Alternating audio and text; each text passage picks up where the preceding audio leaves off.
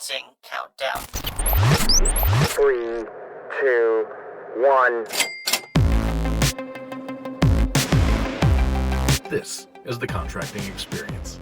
Connecting government contracting professionals to the world around them through conversations with acquisition influencers, insights into evolving hot topics, and sharing lessons learned from the field.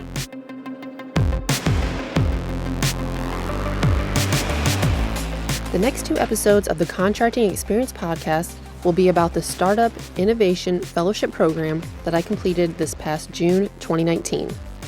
The Startup Innovation Fellowship Program is run by National Security Innovation Network and provides military and civilian employees with 4 to 15 years of experience an opportunity to embed with a startup company to address a command problem for 6 weeks.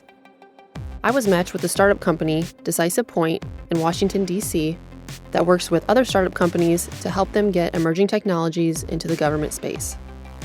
My focus area was to better understand the challenges startups face in doing business with the government. This first conversation is with Decisive Point co-founder Eric Horan, who is a former Navy contracting officer. He provides an interesting viewpoint on how we can better collaborate with startup companies to solve national security problems. Keep an eye out for part 2 on my Startup Innovation Fellowship experience, where Major General Cameron Holt, Deputy Assistant Secretary for Contracting, Office of the Assistant Secretary of the Air Force for Acquisition, Technology, and Logistics, will be turning the tables and interviewing me on my experience. I also appreciate you bearing with me on the sound quality of this first episode as, although glass conference rooms look cool, they do not make the best recording studios. Other than that, please enjoy. Eric, welcome to the podcast. Thanks, Amber. Can you tell me about Decisive Point and your vision for the company? Certainly. So, Decisive Point was founded by myself and my partner, Tommy Hendricks. My background, I actually come out of the government, so I spent 10 years as a contracting officer for NAVSEA, so buying the Navy's major weapon systems, did tours in PEO aircraft carriers, integrated warfare systems, shipbuilding, etc. Saw a lot of good stuff there. It's incredibly interesting to be the KO and negotiate billion-dollar weapon systems. You see the entire business deal. It's pretty fascinating. It can also be a bit discouraging at times. Lockheed's in a pretty good spot when they're the only one can go to negotiate a major weapon system. So it was a challenge, and I think what I really saw was the need to incorporate new emerging technologies into those major platforms. With the emergence of AI, ML, really advanced data analytics, etc. We knew that was out there, but we had no idea how to bring it into our large programs. So I started Decisive Point with Tommy to figure out ways where we could tap into the best technology companies and try and integrate them into those large platforms. So what challenges does Decisive Point and other startups that Decisive Point works with face in doing business with the government? Quite a few. No, the main challenge is really they need a contract. The best startup companies have incredible investment in them. They have usually a very large market they're trying to address, and largely that market is not the U.S. government. So those that are interested in working with the government find it very challenging that they might have to sit and wait and work really hard to get a contract in a year. There's been great effort from folks like AFWorks, MD5, etc., to create new contracting channels that give them rapid contracts and framed in a way that they can work with the government. But I think we need to go further. Even the most advanced rapid programs, they still have these challenges that are just inherent in the system. It's really not the government or the contracting officer putting it on the program. It's just things that we have to deal with that are really getting in our way. So it's really, if I were president for a day, it would be sort of starting fresh and using what's out there to create channels to get these startups with great technology, get them in the door, get them even the smallest type of contract, because then they can talk to their past performance. They actually have a contract where they're building something even small, but they can speak to that and build off of it. So it's about taking what the FAR gives you, adding a sprinkle of some new NDAA frameworks to create these rapid channels of small pieces that show the potential. Okay, and what are some of those that you've seen with your clients, like using some of the small business innovation research, phase one, phase two stuff?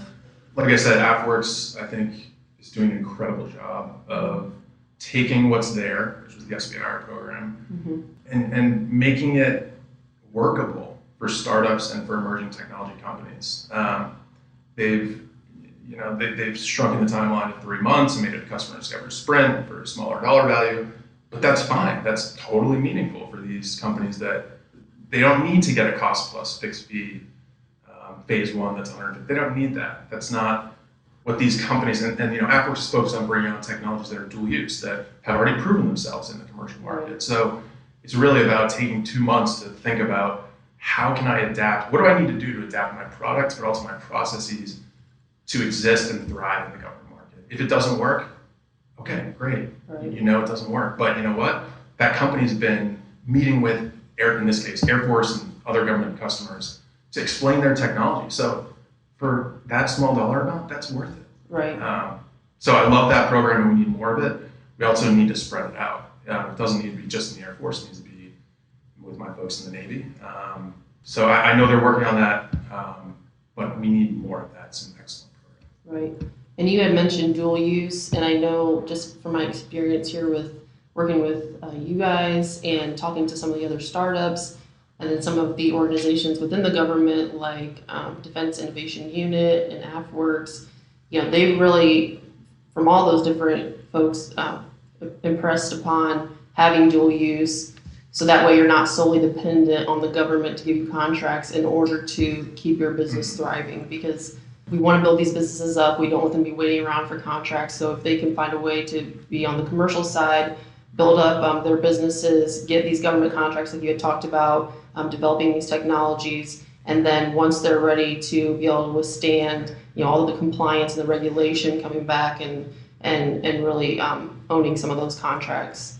Yeah, absolutely. I mean, there needs to be a recognition on the startup side too, as well, that look, to work with the government, it is challenging. We're not going to remove all the barriers. There's certainly ones that make sense to put up front to startups, whether it's cybersecurity or things like that. But let's make it reasonable. Let's not bring in excess regulations just for the sake of checking compliance boxes. Let's make sure that, no, the cybersecurity clause probably makes sense regardless, if you're a startup or Lockheed Martin. But it's looking at what we have and what we can do with what we have, and then taking out what's really unnecessary and leaving in what matters. Mm-hmm.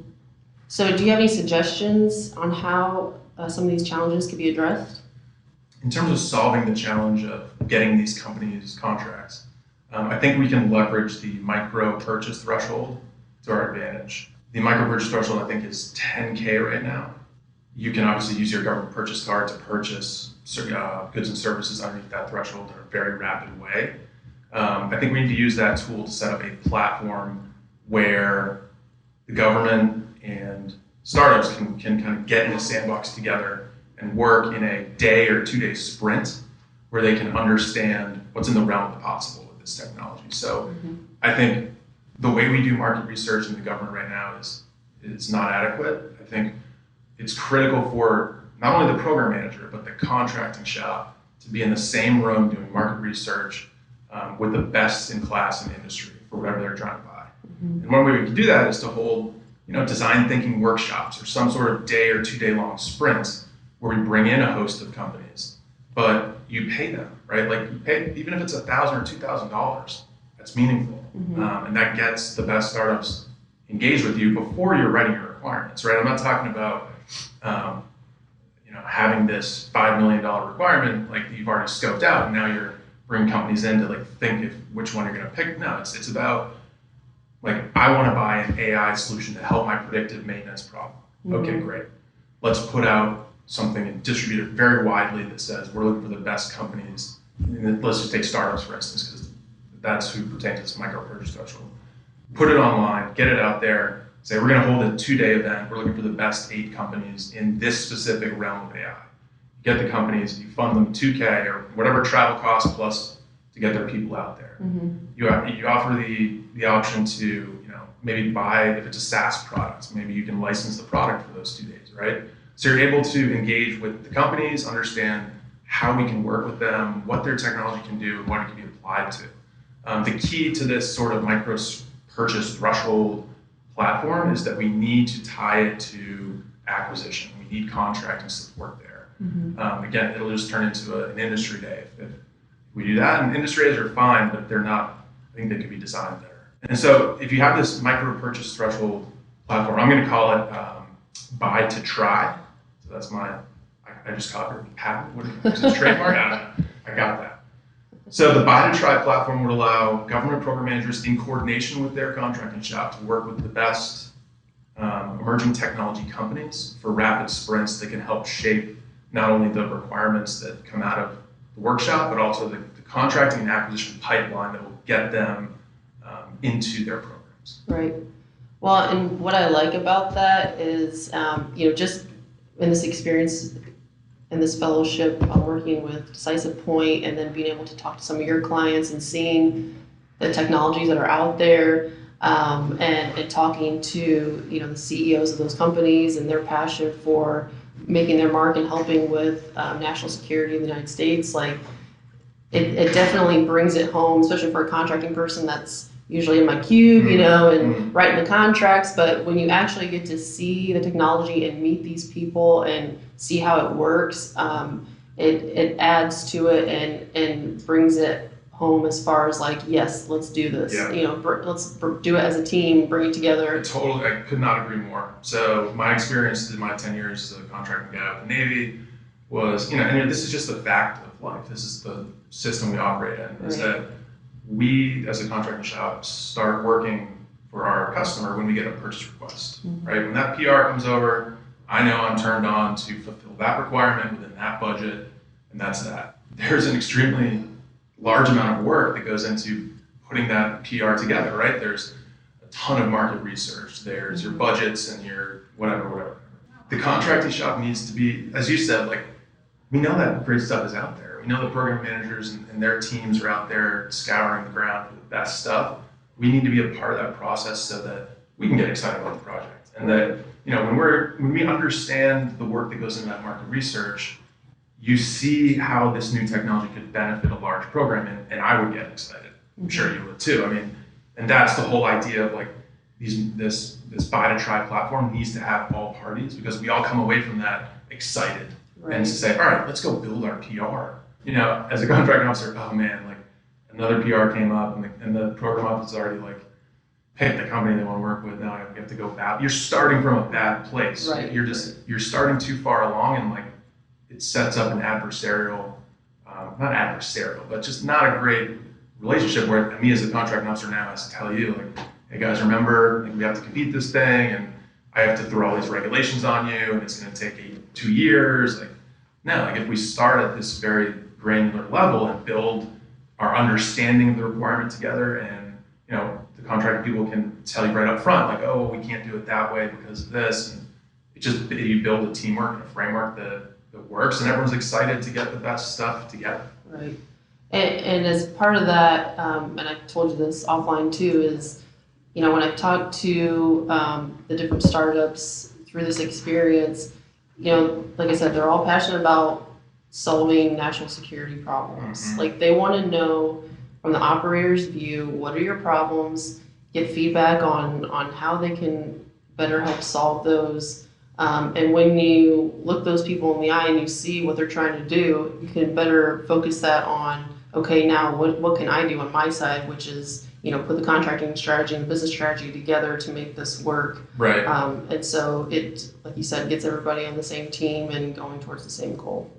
And another point too is that, and I'm sure you felt this too in talking with the startup CEOs, is that they're not like working with a traditional government contractor that's going to be looking to bill you for every change order and REA that they possibly can. Like these guys, what they can do for such small dollar amounts and in such short amount of time is incredible. Like in most cases the software is ready to go. You could download it and try it for 2 days and like see what the benefits they can provide. A lot of times the contracting shop is seen as a barrier. That's just the nature of what we have to do sometimes.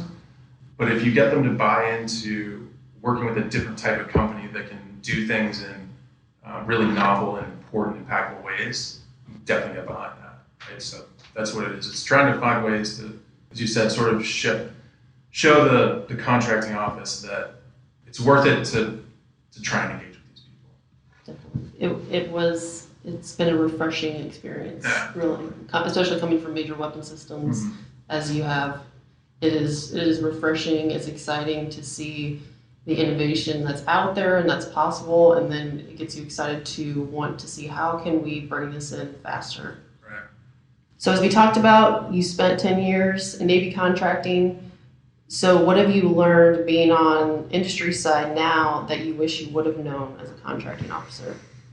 So as a contracting officer, I was looking into industry and seeing things like artificial intelligence and all these novel things that were happening, and wishing that we could be a part of that. But I also had to be mindful that I couldn't necessarily go out and just talk to a company, right? For the contracting officer, the most important thing is to keep your integrity and to keep your objectiveness. So I wasn't comfortable doing market research to the extent of let me call up company X because I know that they have something that might fit our program. So that was what I thought was happening and why I couldn't do it. But then when I went to industry, it sort of validated everything that I thought. It's not very hard to find the best in class in certain industries when you're not constrained by those kind of regulations, which is why I really want to have this platform, the Buy to Try, where that is a way where you can, as a contract office, have a legitimate way to see what's out there, to work with those companies, to actually try out and to inform the way you buy things. Because at the end of the day, the contract officer is there to create the right business relationship between a company and the government. And to do that, I think we really just need to allow the contract office to be part of that front end discovery of what is in the realm of the possible and why it's important to bring it into our programs. Well, and do you think that was your perceived view of that you weren't allowed to do that? Or do you think it was, because I agree with you, I had the same feeling, and I don't know if it was just we're risk adverse and we're being, we come in and they're like, well, and you feel like, well, I don't know if I'm allowed to do this and I'm not allowed to do that. But really, the FAR says that we can engage with industry until we get a request for proposal put out there on the street. So as long as we're looking at it from a market research standpoint, right, and we're not, and we be mindful of conflicts of interest and all of those things, obviously. But if we're looking at it from a market research standpoint, then maybe there is no real issue. And I think that happens in a lot of cases, right, where because I as the contract officer want to maintain objectivity, I didn't feel like I should be doing that. That's not correct. As you said very correctly, you need to pull yourself away as soon as that requirement hits the street. Up until that point, your job is to understand the market so that you're putting forth the best RFP and in turn contract. So I think that really is a critical point, that contracting officers need to know that it's really their job to understand the market so that they can help create that RFP that really will allow the best companies to get in and get the right type of contract. Right, and this actually just came to my mind, but it's all kind of leading back to what General Holt is trying to do with Air Force contracting, of being mission-focused business leaders rather than just business advisors, better understanding the market, better understanding what's out there, what capabilities are out there, so then we can help our program teams, put together the business strategy to move forward in the best way in buying these capabilities. Yeah, General Holt is right on point. I heard him speak about this about 4 weeks ago at a DEF conference, or DEF Drink and Think. He's treating he wants to treat contracting officers as the future CEOs of companies. And I completely agree. I think that they need to feel empowered to not only, do the compliance and make sure that everything's above board, which is the focus of what I think we're doing now, but to be more entrepreneurial and to think, okay, if I'm going to buy this requirement, again, they have to know the requirement's coming. But if I'm going to buy this requirement, I want to learn everything I can about AI, right? And they should have the freedom from their management to go out and do it and to learn. And maybe, I used to get excited when It's just kind of embarrassing. But I used to get excited when like my program manager would give me budget to travel with them, right, to the shipyards and all that. You come back like fired up. Like, okay, now I can negotiate that REA because I can see that there's a hole in the ship. Like, that, I mean, not that I wouldn't have anyway, but it brings new meaning to it. Makes it real. Yeah, it does. And so to open up channels where contracting people can go out and understand best practices in industry, that's something General Holt talked about. He was saying, you know, let's set up ways for you to act more entrepreneurially. And I totally agree. I would be very pumped up if General Holt was my boss. Yeah.